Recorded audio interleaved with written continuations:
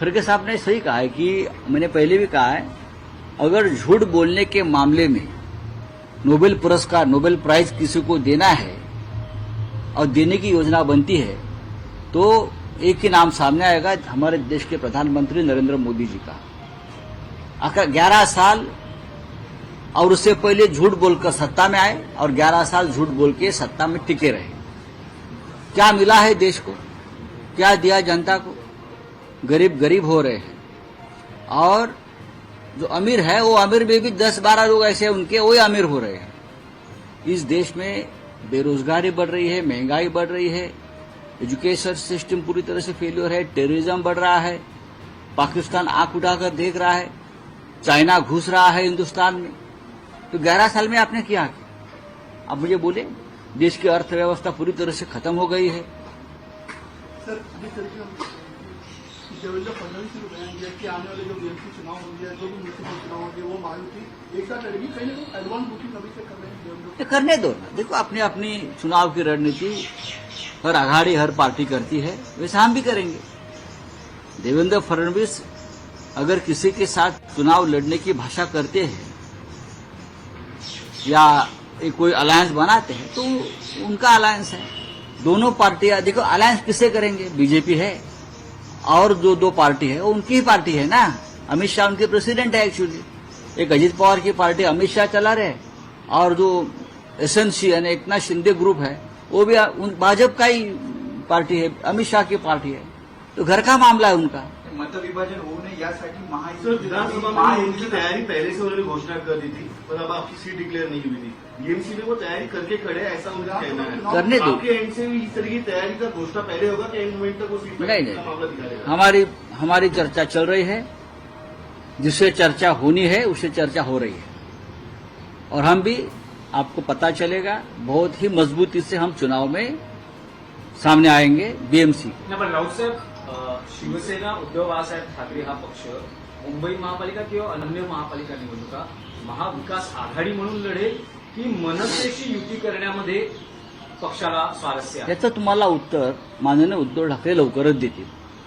शिवसेना पक्षप्रमुख माननीय उद्धव ठाकरे हे या विषयावरती तुमच्या मनातल्या सगळ्या शंकांचं निरसन करतील।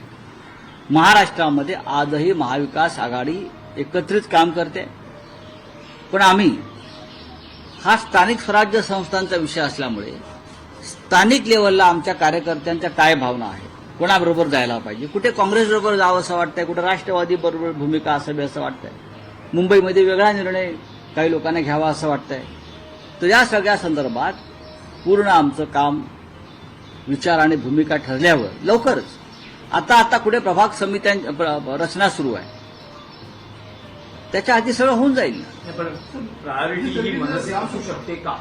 तुम्ही पक्षात मी तुम्हाला आत्ताच सांगितलं की माननीय शिवसेना पक्षप्रमुख उद्धव ठाकरे हे आपल्या प्रश्नांना लवकरच उत्तरं देतील आणि अगदी सविस्तर, भक्कम आणि परखड आपल्या मनातले सगळे प्रश्न जे आहेत हे त्यांच्यापर्यंत पोहोचलेले आहेत आणि त्यांनी उत्तराची तयारी केलेली आहे। सर, विधानसभा चुनाव में जिस तरीके से दिखा गया कि महाविकास आघाड़ी में शिवसेना को लेकर देरी हुई थी, कहीं न कहीं तनाव दिखा था, तो आने वाले चुनाव में क्या देखिए ऐसा होता है विधानसभा में, जैसे वो क्या महायुति में भी हो गया था ना, आखिर तक हो गया था, ऐसा होता है, लेकिन आगे वाले चुनाव में इस प्रकार का कोई प्रसंग नहीं आएगा। साहब, एनसीपी सांसद सुप्रिया सुले ने पीएम नरेंद्र मोदी की नेतृत्व गुणों की सराहना की है।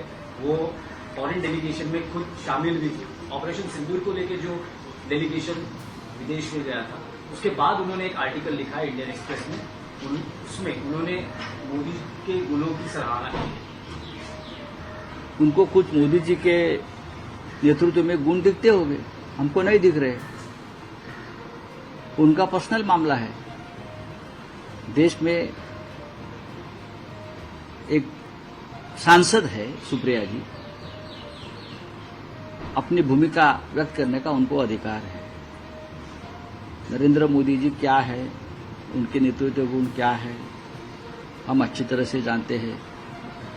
देश में अघोषित आपातकाल जो लगाया है, उससे हमारे जैसे अपोजिशन के लोग हैं, उनके भी पार्टी के लोग हैं, कैसी तकलीफ दी गई और पार्टी को तोड़ा दिया, सत्ता का कैसा गैरवापर करके राजनीति करनी चाहिए, ऐसे बहुत से गुण हमारे मोदी जी में जरूर है और ये सुप्रिया ताई को भी मालूम होगा शायद। Thank you.